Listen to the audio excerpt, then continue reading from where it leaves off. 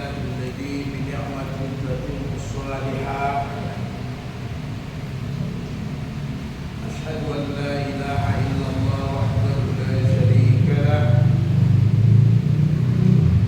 إياه نعبد وإياه نستعين وأشهد أن محمدا عبده ورسوله إمام الأنبياء والمرسلين أما بعد. Alhamdulillah, saudara-saudara sekalian yang berbahagia, ana uhibbukum jami'an fillah. Pujian bagi Allah yang telah memberikan begitu banyak nikmat dan karunia-Nya kepada kita sekalian. Allah lah yang menciptakan, Allah pula yang memelihara kita semua.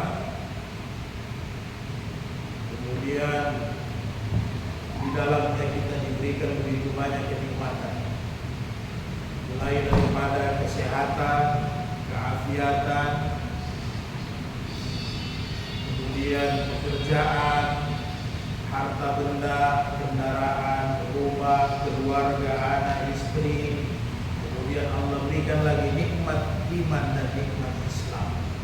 Mudah-mudahan semua nikmat ini membawa kita kepada husnul khatimah, membawa kita kepada ketakwaan kepada Allah Subhanahu wa taala. Kemudian kata Rasulullah sallallahu alaihi wasallam bahwa manusia yang sangat beruntung nanti di yaumil qiyamah aksaruhum salatan alaiya, mereka banyak mengirimkan, membaca, menyebut salawat kepada baginda Sayyidina Rasulullah Al-Mustafa sallallahu alaihi wasallam. Beliaulah uswah kita, beliaulah nabi yang kita cintai, beliaulah idola kita, dan beliaulah yang akan memberikan kita semua nanti syafaat nanti di yaumil qiyamah. Mudah-mudahan kita semua mendapatkan syafaat dan bersama dengan baginda Rasulullah di dalam surga. Amin ya rabbal alamin. Allahumma salli ala sayyidina habibina wa safiina Muhammadin Abdullah Mustafa sallallahu alaihi wasallam. Assalamu alaikum ya Rasulullah, assalamu alaikum ya Nabi Allah, assalamu alaikum ya Habibullah. Saudara sekalian yang berbahagia, Rasulullah bersabda dalam hadis-hadis sahihnya bahwa beruntunglah orang-orang aliman, orang-orang yang berilmu, muta'alliman, orang-orang yang mau belajar ilmu, mustami'an, orang-orang yang mau mendengar ilmu, muhibban, orang yang mencintai ilmu. Jadi ini orang-orang yang beruntung. Mudah-mudahan kita masuk dalam satu golongan. Kalau kita tidak orang alim, mudah-mudahan kita suka belajar, atau paling tidak kita cinta dengan ilmu agama, ataupun kita mendengar ilmu agama. Ini orang-orang yang mendapatkan keberuntungan nanti di hari kemudian. Dan kata Rasul dalam hadis-hadis sahih bahwa ad-dunya mal'unatun, dunia ini setelah diciptakan, dunia ini tidak ada artinya apa-apa. Kalau bahasa kasarnya terkutuk. Dunia ini kotor, dunia ini busuk. Kecuali kata Rasulullah, yaitu orang-orang yang berilmu, ulama masih ada, penuntut ilmu, talib masih ada, orang-orang yang masih mendengarkan ilmu agama, dan orang-orang yang senantiasa berzikir, membiasakan diri duduk dalam majelis-majelis agama. Mudah-mudahan kita termasuk di dalam. Amin ya rabbal alamin. Kemudian kita berniat untuk itikaf, supaya selama kita duduk itikaf itu seolah-olah kita puasa, seolah-olah kita sembahyang setiap saat, tidak berhenti. walaupun kita hanya duduk mendengar santai menunggu salat isya. Ini disebut dengan ribat. Kita niat itikaf juga mendapatkan pahala ribat. Jadi niat itikaf, nawaitu i'tikaf fi hadzal masjid maduntu lillahi ta'ala. Saya niat dulu di masjid itikaf karena Allah Ta'ala, mendapat juga pahala ribat. Apa itu ribat? Ribat itu seperti askar, pasukan-pasukan tentara yang berjaga di perbatasan untuk menyelamatkan kaum muslimin. Nah, itu ribat. Jadi orang-orang yang di masjid ini seperti ribat. Kenapa? Mereka lah tiang-tiangnya langit. Selagi masih ada azan dikumandangkan, selagi masih ada Allah yang keluar dari lisan orang-orang yang beriman, maka kiamat itu ditangguhkan. Jadi orang-orang yang datang ke masjid ini sebenarnya menahan dunia. Karena kalau semua masjid sudah mati, sudah kiamat dunia itu selesai. Mudah-mudahan semua keutamaan-keutamaannya kita dapatkan. Jangan lupa lagi satu kata Nabi dalam hadis sahih, orang yang keluar dari rumahnya, kemudian dia beribadah, kemudian dia duduk dalam majelis ilmu, maka dia mendapatkan pahala umratan tammatan, mendapatkan pahala umrah yang sempurna. Jadi mungkin kita belum ada kekuatan, belum ada kemampuan ke lapangan pergi umrah, tapi minimal malam ini pahala umrah sudah kita dapatkan di sisi Allah Subhanahu wa taala. Saudaraku yang berbahagia, seperti mana biasa kita kembali melanjutkan bacaan hadis kita pada malam hari ini, yang pada Jumat yang lalu kita sudah masuk di kitab hudud, yaitu kitab tentang hukuman, yaitu babul hadduz zanni, yaitu hukuman bagi penzina. Dan kita sudah bahas beberapa hukumannya. Apa dia bikrun, orang yang berzina perjaka ataupun perawan, kemudian gadis maksudnya, orang yang berzina dia asyik, dia yang sudah menikah, ataupun dia sudah duda, janda yang pernah menikah. Bagaimana hukumannya kita sudah bahas bersama-sama. Jadi paling tidak kita minta perlindungan kepada Allah, semoga terhindar daripada dosa besar zina ini. Ya. Jadi Rasul bersabda dalam hadis-hadis sahih, tidak ada dosa yang lebih besar sesudah syirik kepada Allah. Jadi kita tahu syirik itu dosa paling besar. Jadi tidak ada dosa yang lebih besar dosanya sesudah syirik kecuali zina. Ya. Jadi hati-hati, sehingga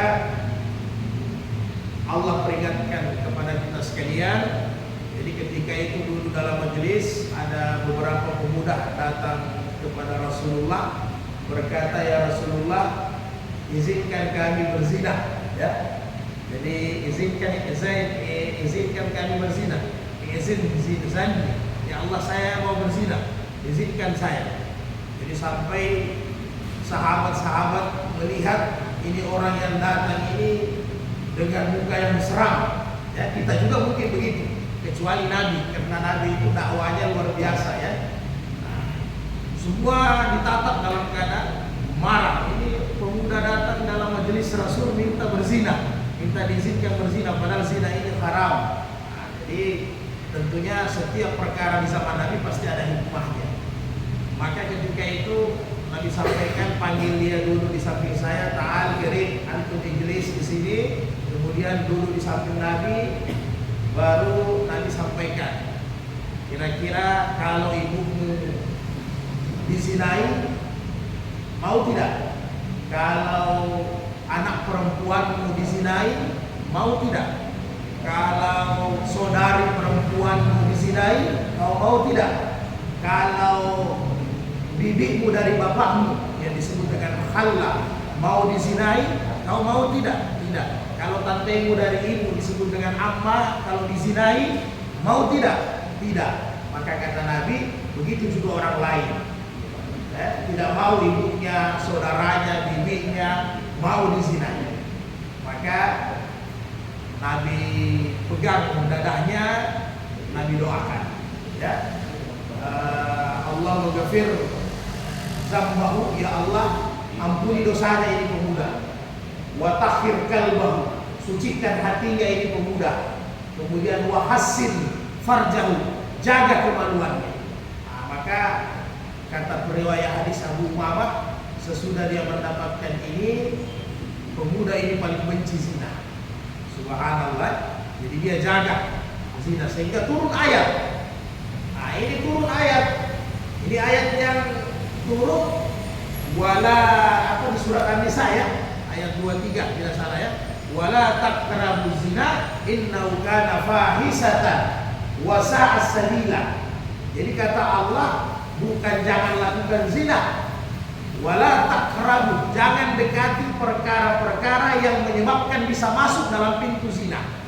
Jadi sebelum masuk di pintu zina, hal-hal yang mendekati perzinahan kata Allah tinggalkan. Fahisyata, karena zina itu buruk, zina itu menjijikkan, zina itu nista, zina itu kotor. Wasa'a sabila, jalannya adalah jalan setan, jalannya yang tidak baik. Jadi asbab pemuda ini turun ayat, ya, sehingga Nabi jelaskan kenapa Allah melarang bukan zina, yang dilarang mendekati perkara-perkara zina. Jadi saya refleks kembali ya, karena kita yang dulu dalam majelis kadang berganti-ganti tiap minggu. Jadi kenapa? Karena Allah katakan manusia itu secara fitrah, dalam hadis Sahih Muslim, manusia itu secara fitrah dia bisa kena zina, bisa selamat. Misalnya kata Nabi, dia bisa berzina dengan matanya, itu zina ainan. Dia bisa berzina dengan anfutnya, telinganya kata Nabi. Dia bisa berzina dengan zina kalam, lisannya. Dia bisa berzina dengan yadain, dua tangannya. Dia bisa berzina dengan rijlain, dua kakinya. Maka kata Nabi,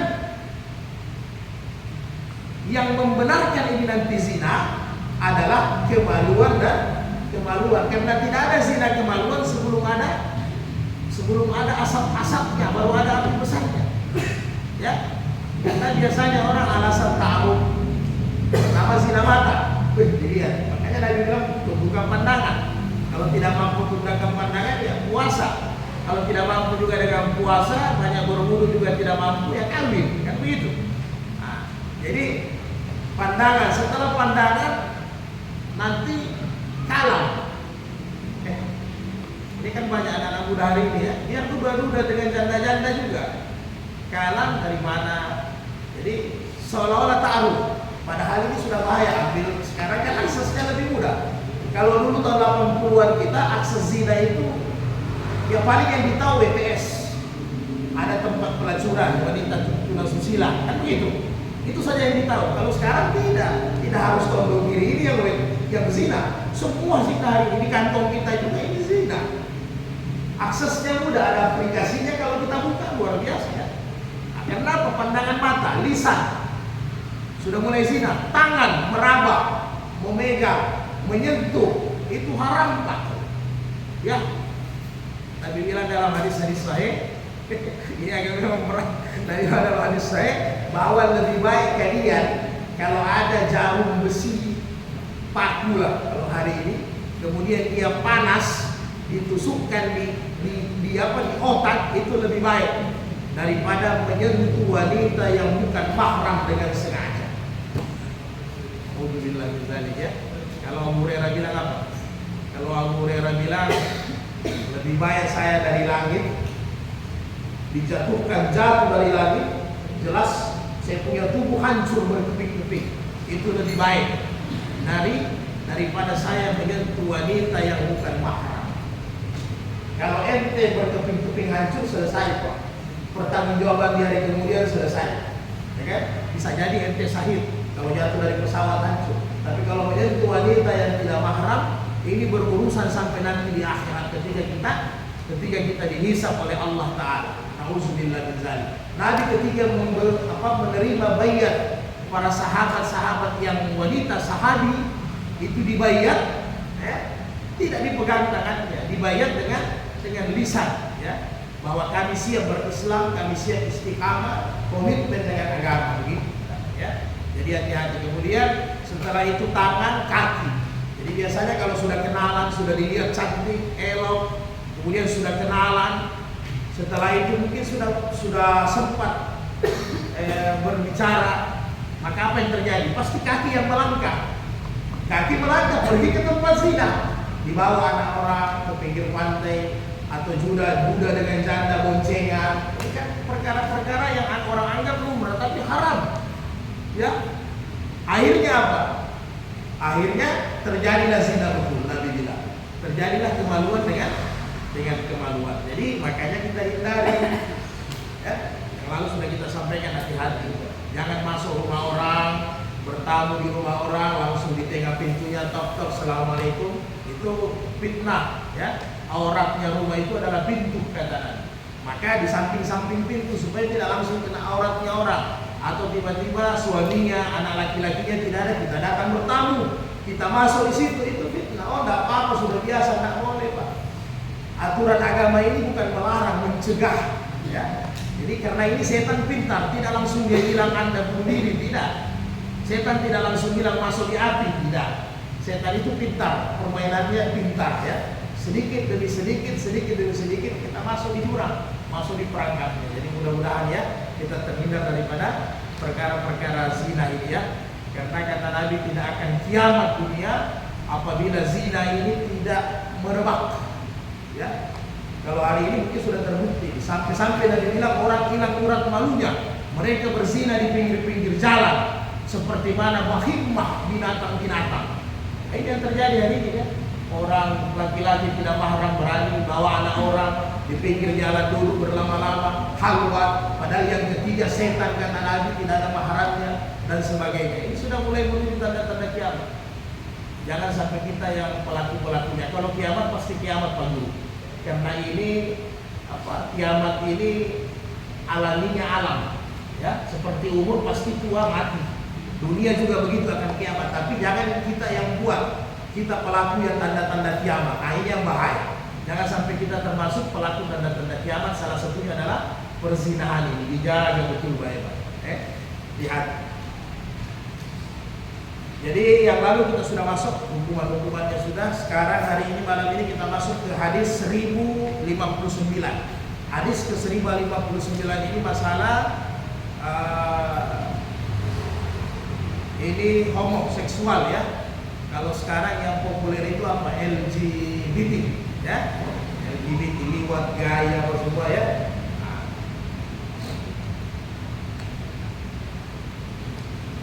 A'udzubillahi samil alim minasyaitonir rajim. Bismillahirrahmanirrahim. Ada masalah nanti kita bahas bersama-sama. An Ibnu Abbas radhiyallahu anhu dengan Anas. An Nabi radhiyallahu anhu Nabi sallallahu alaihi man wajadtumuhu ya'malu amala qaumi Lutin. Apabila kita mendapatkan perkara seperti mana yang terjadi di kaum Nabi Lut ya, kita dapat tiba-tiba ada perkara ya, kita dapat kaum Nabi Lut itu laki-laki dengan laki-laki. Jadi ini laki-laki selera laki-laki dengan laki-laki. Kemudian sesudahnya ada juga liwat. Sama itu perempuan dengan perempuan ya. Satu pedang dengan pedang, kan begitu kira-kira. Satu perempuan dengan perempuan. Jadi ini teman-temannya zina semua. Ini sama, ini saudara-saudaranya zina semua. Hanya ini zina yang lebih di luar akal sehat ya. Di luar akal sehat. Jadi apabila kalian ketemukan seperti ini, faqtulu fa'ila wal maf'ula bihi, maka bunuhlah ya. Bunuhlah pelakunya. Kemudian pasangannya juga bunuh. Jadi jangan hanya dibunuh satu orang, pasangannya juga dibunuh. Tentunya caranya ini kan nanti diatur oleh sultan, oleh khalifah, oleh kekuasaan yang atur. Tetap nanti diatur sama dengan pemerkosaan. Kalau orang perkosa, zina berarti dirajam kalau dia sudah meninggal, menikah atau janda. Tinggal dilihat nanti di BAP, dilihat di tempat perkara, oh perempuannya ini diperkosa. Nah, kalau perempuannya posisinya diperkosa, dia tidak dirajam, ya, tidak dirajam. Tapi kalau dia suka sama suka, rajam dua-dua. Bukan suka sama suka dilepas Pak Guru ya. Jadi rajam dua-dua. Jadi kalau begini juga nanti yang terjadi biasanya apa? Ada sodomi sekarang ya. Kadang orang-orang yang tua ini paling banyak ini. Kadang guru-guru, bahkan guru-guru ngaji ya. Yang memang kalau sudah dilihat modelnya, maaf ya, karena ini memang orang tua yang tidak perhatikan dari kecil. Karena orang tua beralasan, oh anak saya dari lahir. Tidak ada dari lahir, berarti agama bohong, Rasulullah bohong. Karena yang diciptakan Allah itu hanya dua jenis kelamin, zakar wal unsa, rijal wal nisa, kan itu. Laki-laki perempuan hanya dua spesies saja. Tidak ada unsa, tidak ada hansa, tidak ada mahnus, tidak ada. Jadi ada spesies unsa, tidak ada. Itu yang menyebabkan itu lingkungan dengan pendidikan orang tua. Karena sudah diberitakan sama Nabi, 7 tahun ajari salat, 10 tahun pisahkan tempat tidurnya. Ulama Imam Nawawi mengatakan, memisahkan tempat tidur itu artinya bukan hanya tempat tidurnya saja dipisahkan. Beri mereka pemahaman auratnya laki-laki antara pusat dengan lutut, tidak boleh sembarang diperlihatkan dengan yang bukan mahram. Itu diajari anak. Begitu juga perempuan. Nah, kalau sudah 10 tahun sudah mau dewasa, auratnya perempuan itu semuanya ya, kecuali muka dengan telapak tangannya, itu yang bukan aurat. Nah, itu kita harus beri pelajaran mereka. Kemudian waktu-waktu aurat di rumah harus diberitahu. Sehingga apa? Ini menghindari zina. Anak-anak kadang sekarang orang tua, apalagi kalau anak pertama perempuan, anak kedua laki-laki, anak ketiga perempuan. Jadi ini laki-laki ditengang. Ketika sudah mulai umur 10 tahun, dikasihlah bermain lebih banyak, waktunya intens dengan saudara perempuan. Jadi diberikan boneka, bajunya sama warna pink, ya kan? Permainannya sama. Ini gara-gara orang tua. Akhirnya apa? Anak ini tumbuh dewasa, minimal pasti dia terkontaminasi dengan saudara perempuannya. Maka dia tumbuh dewasa beginilah jadinya. Ada yang perempuan jadi laki, kemudian ya yang laki-laki jadi banci, jadi perempuan. Jadi tidak ada lahir dari sejak lahir, tidak ada itu. Itu berarti Allah tidak adil. Karena saya sendiri sudah lihat Pak Guru, teman-teman dulu dengan di lingkungan. Ada dulu anak-anak yang di lingkungan kita itu ketika sampai umur SMP masih biasa, masih jantan. Masuk SMA kelas 2 sudah melambai, ya kan? Jadi tidak dari lahir. Saya juga punya rekan dulu. Itu rekan dulu perempuan tulen. Tiba-tiba pas sudah SMA sudah jadi laki. Kenapa? Ternyata orang tuanya kasih masuk, paksakan dibela diri, paksakan olahraga-olahraganya laki-laki. Kesalahan orang tua. Ya kan? Orang tua punya kesalahan. Jadi tidak ada. Jenis kelamin hanya 2, laki-laki dan perempuan.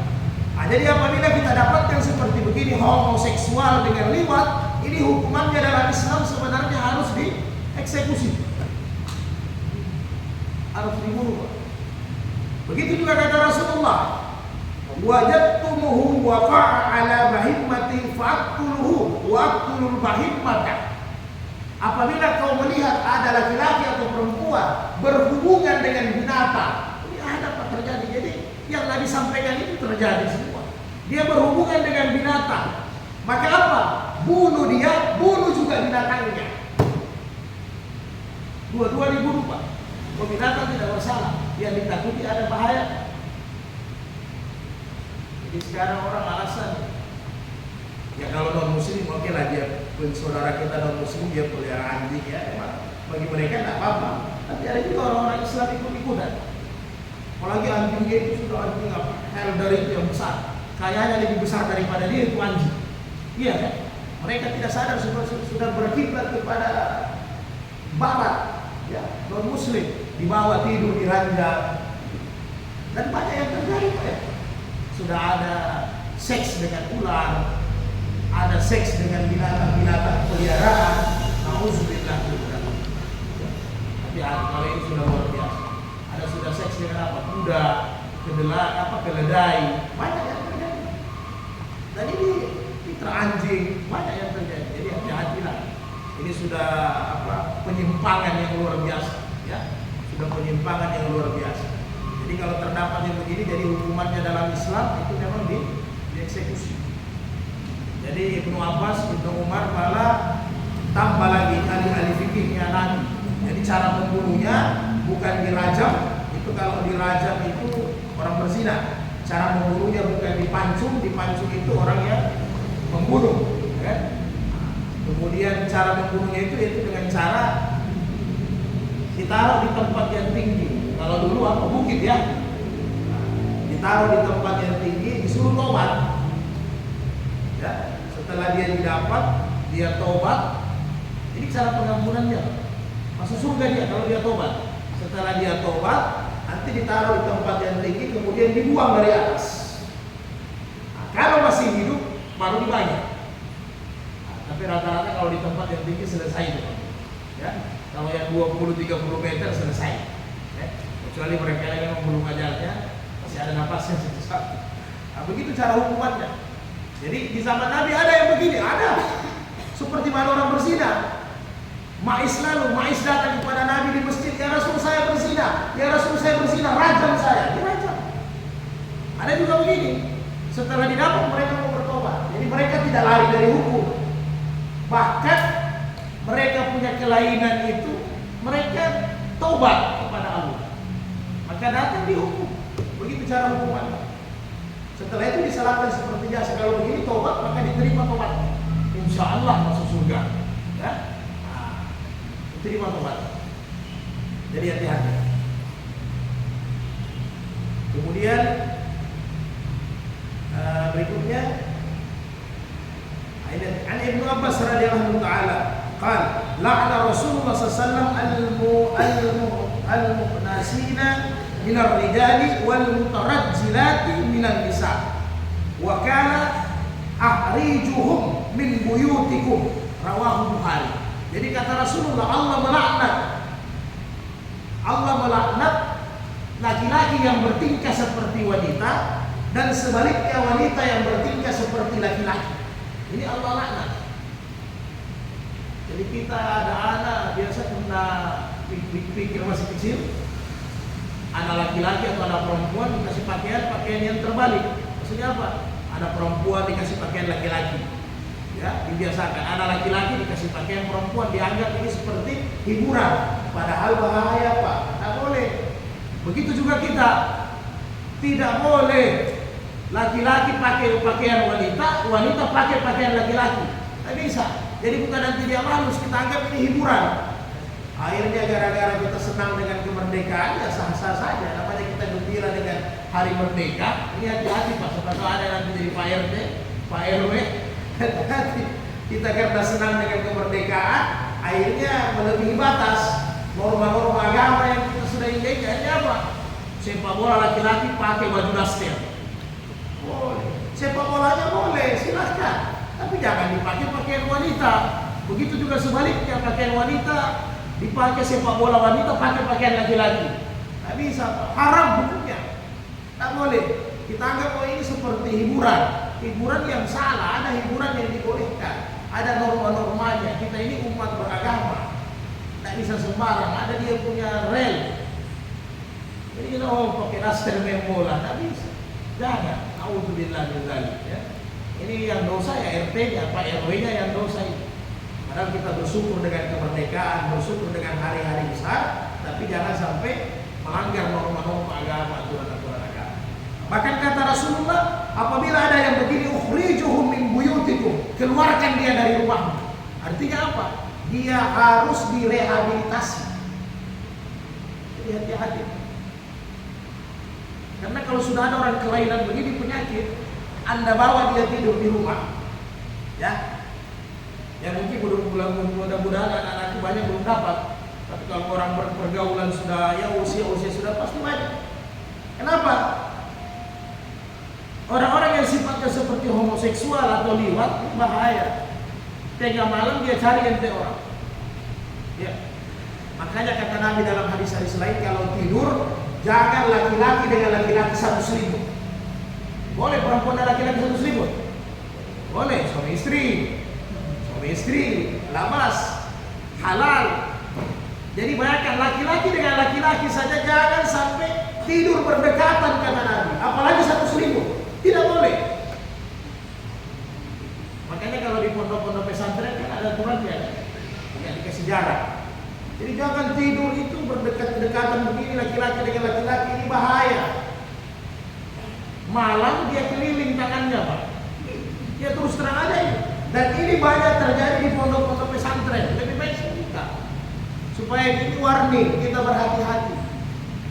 Apa hanya di pesantren dalam negeri, di luar negeri juga banyak penyakit-penyakit begini. Di pesantren banyak, artinya bukan hanya di pesantren, di luar pasti lebih banyak. Bayangkan sedangkan di pesantren banyak terjadi penyakit begini. Mandi sama-sama satu WC. Ini penyakit ini dia mulai, dia tidak langsung, dia ada proses. Karena sering mandi sama-sama, sering tidur berdekat-dekatan, yang terjadi apa? Interaksinya ini terjadi ada rasa senang. Seolah-olah nanti dalilnya hujannya ini persahabatan yang tumbuh. Padahal bukan persahabatan, sudah mulai menyimpang. Dia sudah mulai senang lihat pahanya yang sesama jenisnya. Dia sudah mulai senang lihat dadanya. Hati-hati Pak, di pesantren-pesantren banyak yang terjadi yang begitu. Banyak sekali terjadi, jadi jangan sampai ya. Hati-hati, apalagi kalau sudah tidur malam. Iya, karena kalau ente orang dia dapat tangkap selesai. Ya. Ente mau marah sudah susah juga. Ya kan? Jadi sudah dapat tangkap ente punya bakat. Ya. Saya sampaikan ini tidak apa-apa, ini ilmu terbuka, hati-hati. Apalagi biasa kalau ada sahabat-sahabat atau alasannya tawari, nanti saya urut. Hati-hati Pak. Karena orang-orang yang sudah berpenyakit begini, kalau Anda sudah buka baju, dia sudah ngiler itu. Iya.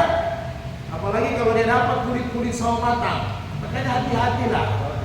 Dijaga ya. Dijaga. Karena ini di zaman Nabi terjadi, di zaman kita juga terjadi. Hati-hati. Ya. Makanya pesantren-pesantren itu kalau satu kamar sudah sampai 20 orang, nah itu bahaya, hati-hati. Apalagi kalau tidak punya ranjang masing-masing itu sudah bahaya. Ya. Yang banyak kejadian-kejadian banyak didapat. Kalau di luar sudah jelas pasti lebih banyak lagi. Ya. Ya. Jadi kalau memang ada keluarga yang begini, ya memang tidak tahu bagaimana modelnya rehabilitasi. Ya, negara kita belum fasilitasi cara rehabilitasi. Apa ditaruh di lapang baru kita kurang habis menjadi laki-laki, kalau anak bagaimana modelnya merehabilitasi penyakit ini? Memang agak susah ini ya, agak susah. Memang ada hati-hati. Ada memang biasa juru-juru dakwah sebagian berani masuk di tempat-tempat begini, tapi ini bahaya Pak. Artinya sekedar menyampaikan boleh baru pergi, tapi kalau berinteraksi bahaya karena ini virus. Ini virus, lihat saja itu akan berjangkit. Pertama Anda jadi perempuannya, lama-lama Anda jadi laki-lakinya, Anda cari perempuan lagi. Begitu terus virus dia. Virus, gitu dia. Apalagi kalau yang banyak dari broken home ya, dari stres rumah tangga, orang tua cerai, kemudian kehidupan ekonomi juga berat. Nah itu sudah orang-orang stres ini, kadang sudah pasrah. Ya, sudah pasrah.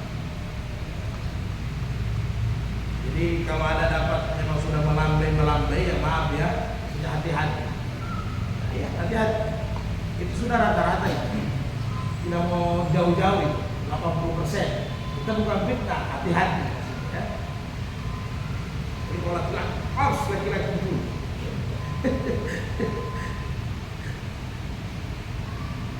Ada lagi perzinahan yang di zaman modern ini apa? Gigolo ya. Nah, itu pelacur laki-laki. Ya, gigolo itu biasa laki-laki yang bagus disewa sama tante-tante. Ya, hati-hati. Itu tren. Di Palu ada, di mana-mana ada, pasti ada. Jadi hati-hati. Sekarang kan lewat media sosial tadi. Ibu-ibu tante-tante yang stres, apalagi suaminya umurnya lebih tua, jauh, ya, sudah tidak gum bagus, tulusnya banyak tapi tidak gum. Nah ini hati-hati. Banyak terjadi perzinahan semua. Dijaga. Makanya kalau tidak mampu tunduk pandangan, ya banyak-banyak puasa, tempel dengan puasa. Tidak mampu tempel dengan puasa, tempel jaga wudhu. Tidak mampu ya kawin. Kamu sehat? Ya, puasa Daud bisa, ada juga puasa tiap hari. Puasa apa itu? Puasa selain puasa Daud, tapi itu tidak dianjurkan ya. Dijaga. Biasa juga puasa Daud pas buka puasa syahwatnya makin tinggi pagi. Banyak-banyak kegiatan, sport, olahraga, kegiatan-kegiatan agama. Kemudian an Ibnu Umar radhiyallahu taala anna Nabi sallallahu alaihi wasallam daraba wa gharraba wa an Abu Bakrin daraba wa gharraba wa an Umar daraba wa gharraba dan seterusnya. Rawahu Tirmizi. Aku hidup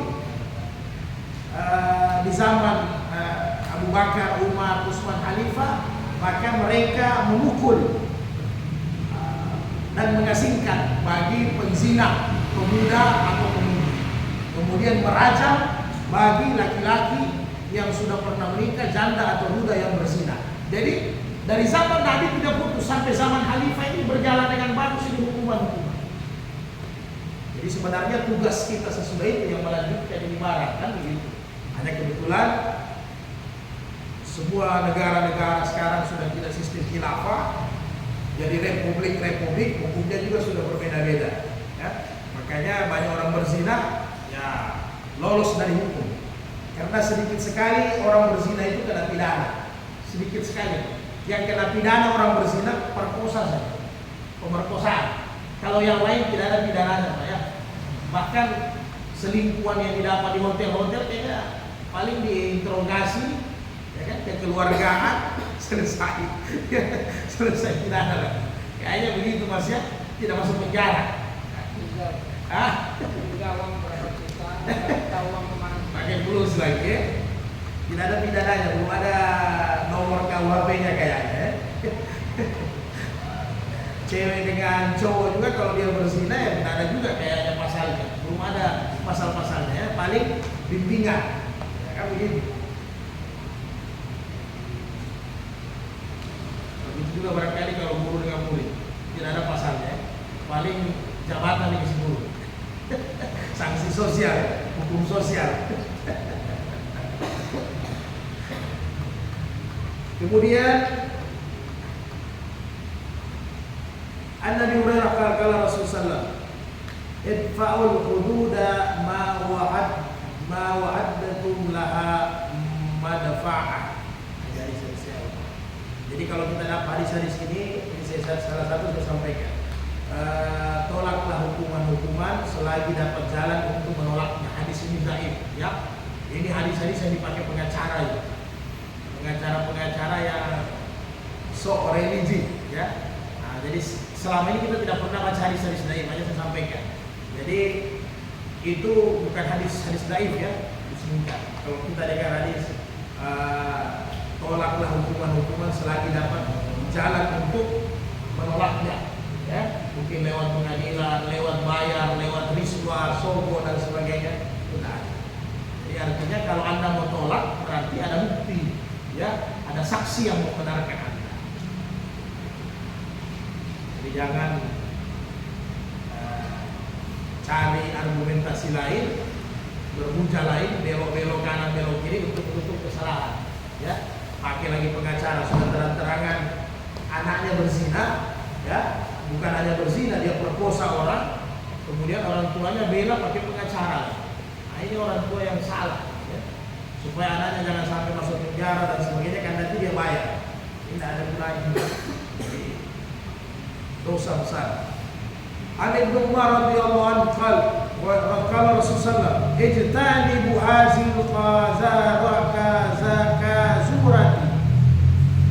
Jauhilah, hindarilah semua perkara-perkara kotor. Maksudnya perzinahan ini dihindari ya. Karena allatina Allah Ta'ala anha, karena Allah telah melarangnya kepada kita semua, mengharamkannya. Faman alam biha falyasta'shir bi sitrillahi wal yu'tub ila Allah. Maka apabila berbuat maka siap konsekuensinya dihukum, kemudian bertobatlah kepada Allah Ta'ala. Man ba'dalaha safa'atahu mukim alaih kitab Allah Ta'ala. Karena pasti kalau kesalahan disodorkan bahwa Anda datang kepada hukum, ya pasti Anda dihukum dengan kitabullah, Allah dan Rasulnya. Jadi Ini penutup daripada bab tentang hukuman hubungan hudud. Makanya semua perkara-perkara yang mengarah kepada perzinahan, kepada penyimpangan, ya kita hindari.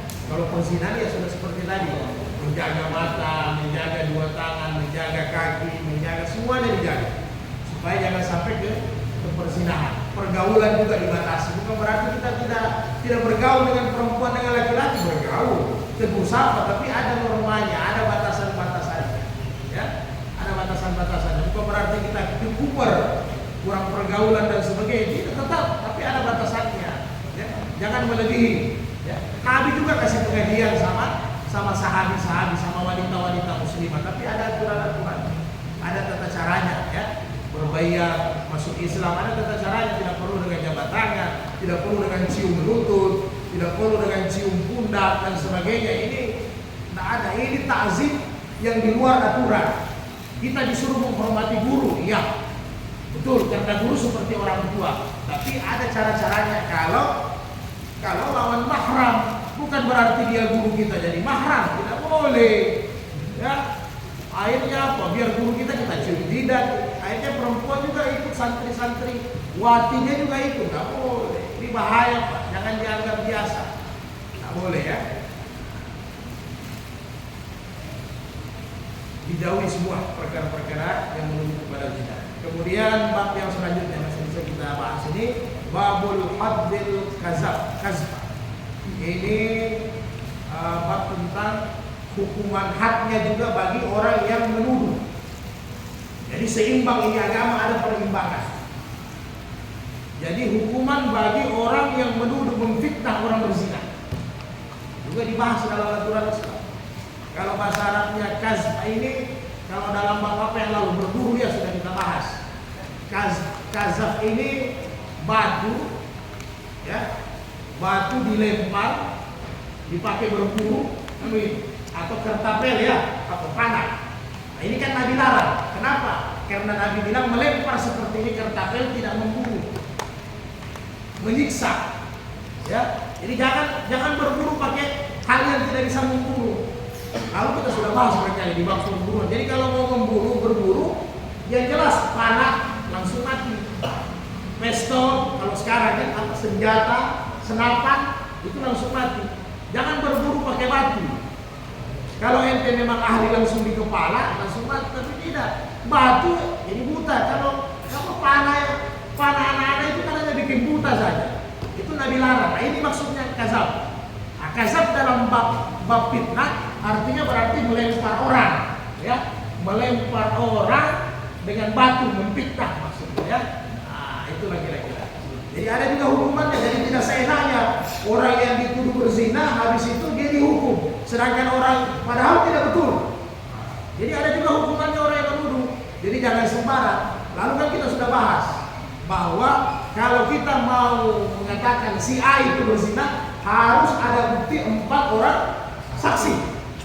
4 orang saksi Pak. Di luar CCTV maksudnya Pak Guru ya. Itu sudah sistem modern, tidak bisa didustakan. Jadi 4 orang saksi dan waktunya bersamaan, tempatnya sama. Itu baru bisa kita tuduh orang. Makanya kalau umpamanya saya lihat ada berzina ini, itu belum cukup bukti untuk saya melapor ke pengadilan supaya si A ini dihukum. Nah, jadi paling tidak, Mas bantu saya, Pak Guru bantu saya tahu lagi, Pak Sumarno bantu saya. Jadi kita berempat lihat di waktu yang sama dengan tempat yang sama. Siap Pak Guru? Siap Mas? Siap. Nah, baru kita melapor. Ini 4 orang. Nah, maka Kelabi sebagai hakim putuskan bersalah, berarti zina. Tinggal dilihat sudah pernah kawin atau tidak. Kan begitu. Nah, berarti dihukum. Jadi harus 4 orang saksi. Tidak boleh saya hanya dengan Pak Suparman, kemudian datang ke pengadilan, si A itu berzina, mana saksi? Saya dengan beliau, batal. Tidak bisa. Ya kan, kalau memang saya lihat dengan mata kasat cukup untuk pelajaran untuk saya, tapi untuk menghukum dia kalau belum ada 4 orang saksi tidak boleh. Atau sebaliknya, saya dengan Pak Suparman lihat hari ini si fulan berzina, besoknya Pak Guru dengan Mas lihat lagi, itu batal, tidak boleh. Itu 4 orang yang berlainan waktu, harus bersamaan. Begitu aturan. Nah, jadi orang yang menuduh itu hati-hati. Ada juga dia punya, artinya orang yang melapor ya, dia bisa dibalik ya. Jadi orang yang melapor itu nggak sembarang juga. Kalau dia terbukti setelah nanti diperiksa orang yang dituduh itu tidak bersalah, ya kan? Kalau sekarang lebih modern kan, ada visum macam-macam lah kan, bisa ditahu ini orang ada berzina atau tidak, ada bekas sperma apa, pokoknya kalau hari ini canggih lah ya, ketahuan semua, nggak bisa. Jadi terbukti orang itu tidak bersalah, maka yang fitnah itu juga dapat hukuman yang fitnah. Jadi kita lihat ini hadis dari Aisyah. Aisyah pernah terjadi ini di fitnah. An Aisyah radhiyallahu anha qalat, "Lamma nazala uzri fama Rasulullah sallallahu alaihi wasallam mimbar fa dzakara zalika wa tala al-Qur'an." Jadi pernah terjadi ini, kisahnya panjang, di Sahih Muslim, Sahih Bukhari ada. Nanti baca-baca. Fitnah, buka bab fitnah tentang fitnah Aisyah ya dengan sahabat Safwan. Jadi ringkas cerita, Nabi itu biasanya kalau pergi musafir, istrinya digantian. Jadi digantian bawa, ya. Ya kalau kita istri satu ya bawa istri satu terus. Kalau memang kan Nabi 9, jadi biasanya Nabi mau safar ke Yaman lah atau kemana. Jadi pada saat itu ringkas cerita gilirannya Aisyah, ya. Gilirannya Aisyah dibawa sama Nabi. Bagaimana cara safar perempuan? Ada aturannya. Jadi safarnya perempuan itu kalau di zaman Nabi memang aturan Islam. Kalau sekarang kan enak, ada kendaraan aman lah ya. Kalau dulu dibuat tandu. Kita lihat Jenderal Sudirman ya, filmnya Jenderal Sudirman. Nah begitu. Tandu nanti wanita dikasih masuk di situ. Ya. Wanita dikasih masuk di situ, baru tandu itu diikat di onta. Coba ya. Kalau laki-laki kan simpel saja ya. Naik onta atau naik kuda selesai. Begini. Karena memang orang kita kan terbatas. Orang kita pusat dengan lutut aman, ya tidak terlalu ada bergairah di wajah kita kan begitu. Kalau perempuan selain fisiknya juga terbatas, jangan masuk angin. Ini perjalanan padang pasir Pak. Di tanah Arab, di Jazirah itu hujannya tidak mengerikan, panasnya tidak mengerikan. Yang mengerikan daerah Arab Saudi, daerah Bangladesh, daerah Pakistan. Yang mengerikan apa? Pasir Pak. Anginnya yang mengerikan. Itu yang mematikan. Ya. Kalau hanya panas dingin ya pakai salep apa semua selesai. Bunuh AC, bungkus selesai. Tapi kalau kita di luar, kalau pasir itu hantam luar biasa, itu yang bisa mematikan. Jadi wanita ditaruh di dalam tandu, baru di atasnya onta. Onta jangan begitu. Cara musafirnya perempuan di zaman Nabi, wanita muslimah. Ya, kalau laki-laki ya aman-aman saja, kebal kan. Setelah itu pasukan sempat istirahat, rombongan musafir istirahat. Aisyah juga sebelum pasukan pergi, Aisyah sempat mau buang hajat, ya kan? Maka pergi cari tempat. Ini sahabat-sahabat Nabi, ini kerandanya Aisyah sudah diangkat ke onta. Ya, mereka tidak tahu kalau Aisyah belum ada di dalam. Aisyah berkata memang wanita-wanita dulu zaman Nabi kurus-kurus kecil. Kenapa? Tidak terlalu berat, makannya tidak banyak. Mungkin kalau apa yang ditandu ditahu, ya kan? Tidak ada bos di atas. Jadi berjalanlah Rasulullah dengan rombongan. Padahal Aisyah belum ada, ya begitu. Jadi ketika itu sebenarnya Aisyah itu dalam versi yang lain, saya sambung saja, saya ringkas. Ada kandungnya Aisyah itu jatuh di tempat dia buang air itu. Maka dia diambil, ketinggalan rombongan. Aisyah tidak mungkin kejar karena orang naik onta kan. Aisyah terpaksa menunggu di situ, di mana waktu itu pasukan istirahat. Ternyata ada satu sahabat Nabi namanya Safwan, itu juga terlambat. Ya kan? Ringkas cerita, karena Safwan tahu ini Ummul Mukminin, istri Nabi, maka Safwan punya onta, dikasih duduk, disuruh Aisyah naik onta. Ya. Setelah itu talinya dipegang sama Safwan, kejar ke pasukan. Artinya mau gabung, karena pasukan istirahat, mereka sampai ketemu lah. Jadi begitulah kira-kira. Jadi fitnah enggak? Jadi fitnah di situ. Jadi ada satu kepala suku, itu namanya Abdullah bin Ubay bin Sahlul. Inilah yang menyebarkan itu fitnah. Aisyah ini selingkuh. Ya kan? Kalau orang sudah ada suami bukan zina dibilang apa? Selingkuh. Aisyah selingkuh. Aisyah ini tidak tahu karena setelah perjalanan Aisyah sakit selama 1 bulan. Tapi sudah tersebar di kalangan sahabat istri Nabi selingkuh. Nabi juga jadi stres sempat. Ya, nanti namanya Nabi nanti ada ayat yang turun baru selesai kan. Jadi ringkas cerita, ayat turun. Ya. Kalau salah itu di surat An-Nur ayat 11. Ya. Di surat An-Nur ayat 11. Ayat itu turun. Tentang kebenaran Aisyah, kemudian tentang kebohongan bukan fitnah. Jadi yang fitnah ini ada 3 orang. 2 orang laki-laki, 1 orang perempuan. Ini yang menyebarkan. Kalau sekarang ini media sosial. Ya WA, dia kasih masuk di info Kota Palu, buruk tak ketahuan. Jadi dicari sumbernya. Oh ini akunnya ini, akunnya ini, akunnya ini. Kira-kira begitu ya. Maka ayat turun. Kayaknya namanya Rasulullah selesai. Ayat turun itu innal ladzina ja'u bil ifki.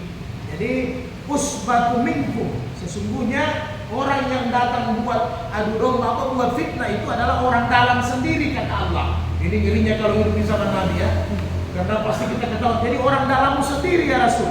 La tahsabuhu sarra lakum bal huwa khairuhum. Tidak usah kau bersedih ya Rasul. Itu tidak membuat kau itu jadi rusak. Bahkan itu ada hikmahnya jadi bagus. Jadi kebaikan. Karena ayat yang turun. Nah Nabi naik di atas mimbar sampaikan ini ayat. Dan orang-orang yang fitnah itu disampaikan langsung Pak. Ini mengerinya di zaman Nabi ini. Tidak bisa itu bawa pengacara, ini susah karena ayat. Ya kan? Bahkan itu kebaikan. Likulli imri'in minhum maktasabu minal ismi. Setiap yang memfitnah itu dia mendapatkan dosa besar dan hukuman kata Allah. Setiap yang memfitnah itu dihukum dan dia mendapatkan dosa yang sangat besar. Wallazi tawalla kibruhu minhum lahu azabun azim. Itu dosa besar bagi mereka. Dan mereka juga nanti di akhirat kalau tidak bertobat dapat azab yang sangat pedih. Apa hukumannya? Hukumannya apa? 40 kali. Sakit juga ini. Apa? Hukumannya 80 kali cambuk. Bukan 40 itu minuman keras. 80 kali cambuk. Maka Nabi sebut nama-namanya. Siapa nama-namanya? Hasan bin Sabit 1, 2 laki-laki ya. Kemudian Mista bin Usasa. Kemudian yang perempuan, ini iparnya Nabi yang perempuan. Yang perempuan Hamna bin Jais bin Jas. Saudaranya istrinya Nabi Zainab bin Jas. Bahkan iparnya Nabi sendiri satu. Nabi sampaikan di lima. Jadi karena ini ada hukum had. Karena mereka juga orang beriman ya siap untuk dihukum. Dicambuklah masing-masing 80 kali cambuk. Dan mereka bertobat. Jadi tidak sembarang orang memfitnah menuduh kalau tidak ada bukti Pak ya. Hati-hati. Karena kalau di zaman Nabi jangan banyak bohong. Karena ada ayat setengah mati kita. Kalau sekarang masih bisa gitu. Masih bisa bersilat lidah ya.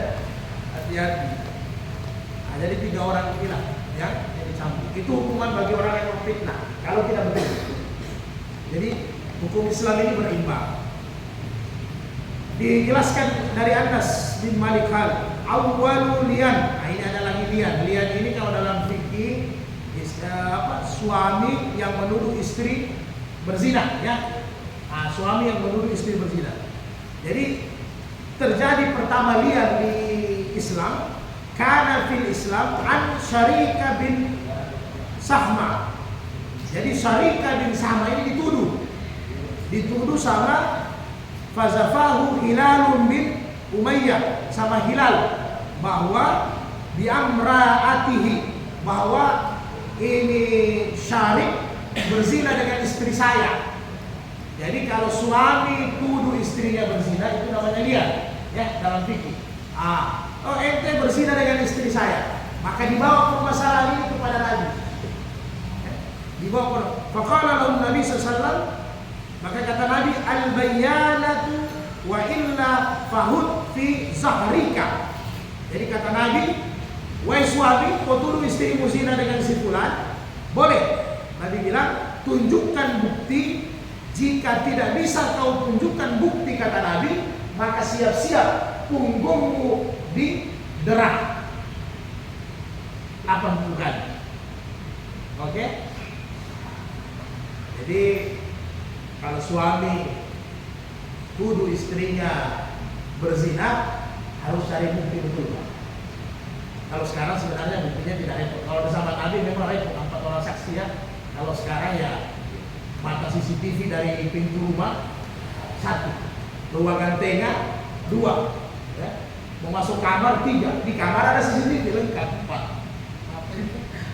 Ya itulah maksudnya CCTV sekarang kan bisa dikontrol dari HP kan. Itulah canggih ilmunya Allah hari ini luar biasa. Ya.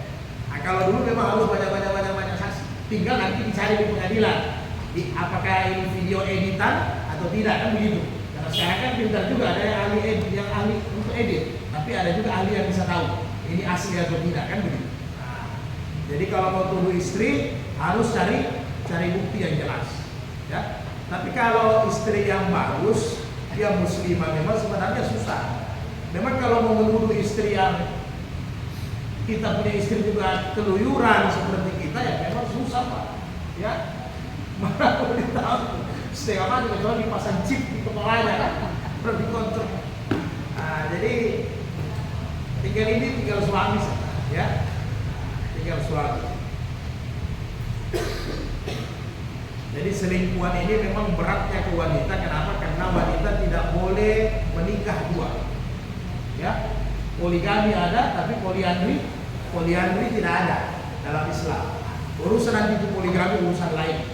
Ya, tapi Anda yang tidak mau poligami, silahkan, tidak apa-apa. Umpamanya Anda mau poligami, tapi jangan benci poligami.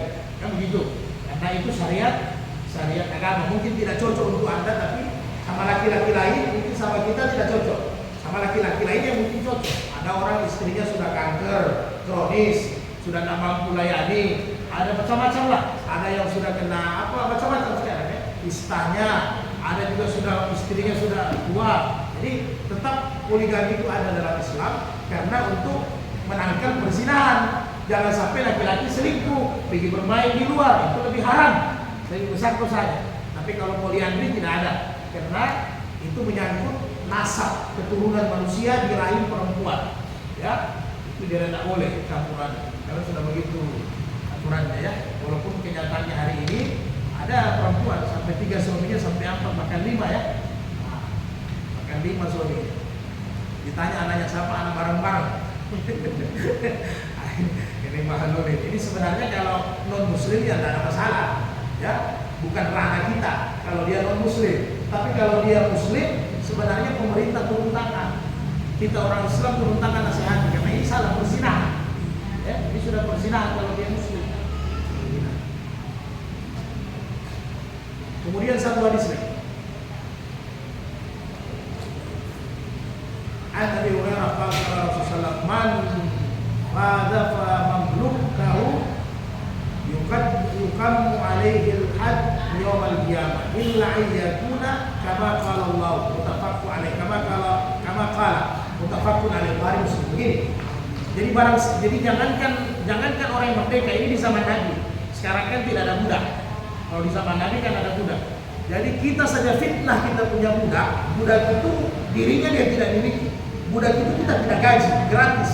Ya. Jadi budak saja kita punya budak, kita tuduh dia berzina. Kalau tidak terbukti berzina, maka kita juga harus dihukum walaupun dia budak. Kalau tidak, kata Nabi, kalau tidak maka apa? Maka yuqamu alaihi al-had yaum al-qiyamah. Jadi sama. Setiap hukum had kalau kita tidak siap dihukum di dunia, ya pasti di yaumil qiyamah nanti kita dihukum. Jadi hati-hati ya. Jadi walaupun budak, dan alhamdulillah hari ini kan perbudakan sudah tidak. Saya kira begitu. Jadi mentoknya budak itu di surat An-Nur ya, bahwa apabila kalian tidak mampu untuk mengawini wanita merdeka, kalian boleh kawini budak. Ya. Karena itu gratis. Karena waktu itu zaman perbudakan masih ada. Jadi jangan sekarang kita punya karyawan kita kawini semena-mena tanpa mahar, tidak boleh. Karena itu karyawan beda budak. Sekarang sudah tidak ada budak. Budak sudah selesai, sudah terhapus ya. Setelah Islam datang, alhamdulillah pelan-pelan Islam hapuskan perbudakan sampai habis hari ini ya. Demikian kira-kira mengenai hukum had dengan fitnah. Ada masalah? Silakan. Padahal tadi Ustaz sudah sampaikan hukuman untuk 3 penyebaran fitnah kepada ummul mukminin Aisyah radhiyallahu anha. Nah, ya tadi Ustaz sampaikan pertama bahwasannya yang pertama kali mencetuskan fitnah bahwasannya Aisyah itu selingkuh adalah Abdullah bin Ubay bin Salul. Tetapi yang Ustaz sampaikan tadi yang dihukum 3 orang di luar Abdullah bin Ubay bin Salul. Nah, pertanyaanku apakah Abdullah bin Ubay bin Salul tidak dikenakan hukuman, sedangkan dia adalah pencetus pertama dari fitnah itu? ya. Jadi ini ada sistem politik Nabi dalam menyebarkan Islam. Jadi Abdullah bin Ubay bin Salul ini, beliau ini salah satu tokoh, salah satu tokoh. Kemudian beliau ini punya pengikut massa yang cukup banyak di Madinah ya. Dia punya pengikut cukup massa, sama dengan Nabi menghadapi orang-orang munafik Abdullah bin Ubay ya. Nah, jadi ketika itu, kalau sekarang begini, saya ambil perbandingan sekarang. 3 orang ini akunnya aktif sekali. Bisa paham ya? Memang ada pencetus pertama. Tapi setelah itu pencetus pertama ini sudah diam. Ini yang 3 yang akunnya luar biasa, kira-kira begitu. Yang kalam lisannya ini luar biasa. Bahkan dia door to door dari rumah ke rumah sampaikan. Ini Aisyah ummul mukminin berselingkuh. Aisyah selingkuh, bisa paham? Kemudian itu teknik Nabi, karena ketika itu orang-orang yang ikut tokoh Abdullah bin Ubay Salal ini dia tokoh. Orang-orang yang ikut sama dia masih banyak mu'alaf. Nabi berpikir, ini penjelasan para ulama ya. Nabi berpikir apabila dia dihukum, pasti banyak mereka keluar dari Islam. Karena ini sementara tarbiyah awal, bagaimana mereka mencintai Islam, mu'alaf. Kira-kira begitu. Dan memang kebiasaan Nabi menghadapi orang-orang tertentu ada teknik-teknik tertentu. Misalnya Abdullah bin Ubay itu sahabat-sahabat heran. Abu Bakar datang, Nabi tidak berdiri. Umar datang, Nabi tidak berdiri, sahabat langsung dulu. Ketika Nabi tahu Abdullah bin Ubay mau datang, tokoh munafik ya. Tokoh munafik. Rasulullah berdiri di depan pintu, jemput dia, suruh dia persilahkan dulu. Demikian juga ketika Abu Bakar pergi, Utsman pergi, Nabi tidak antar sampai di pintu. Karena ini sahabat-sahabat dekatnya Nabi. Ketika Abdullah bin Ubay, Nabi berdiri antar sampai di pintu, bahkan Nabi kasih hadiah. Ditanya sama sahabat, ya Rasul, kenapa tindakan Nabi seperti ini? Ya, terlalu berbuat baik sama kaum munafikun, sedangkan dia ini orang munafikun. Maka apa kata Nabi? Saya takut, saya menjaga, ya, supaya nanti dia sampai di kaumnya, dia berbicara baik tentang Islam. Dan ingat, Abdullah bin Ubay bin Salul, dia termasuk orang-orang yang fasik dalam ayat. Jadi cukuplah dia dapat hukuman di akhirat, dia dapat cap fasik dalam ayat An-Nur surat berikutnya. Nanti dicek lagi ya. Kira-kira begitu sabab ya. Itu penjelasan para ulama. Jadi ada tindakan-tindakan Nabi, orang-orang baru, orang-orang yang baru kenal Islam, seperti waktu Nabi setelah perang Hunain. 124.000 pasukan perang Hunain setelah Fathul Makkah. Salah satu yang ikut itu mu'alaf Abu Sufyan dengan anaknya Muawiyah, Abu Sufyan yang utama. Karena waktu itu dia masuk Islam, ikut Hunain. Ketika pulang, ada harta, kalau perang namanya ghanimah, kalau tanpa perang namanya fa'id, ya, ada harta fa'id. Jadi harta yang didapat tanpa perang, lawan tidak mau lawan, langsung serahkan hartanya, kalah tanpa perang.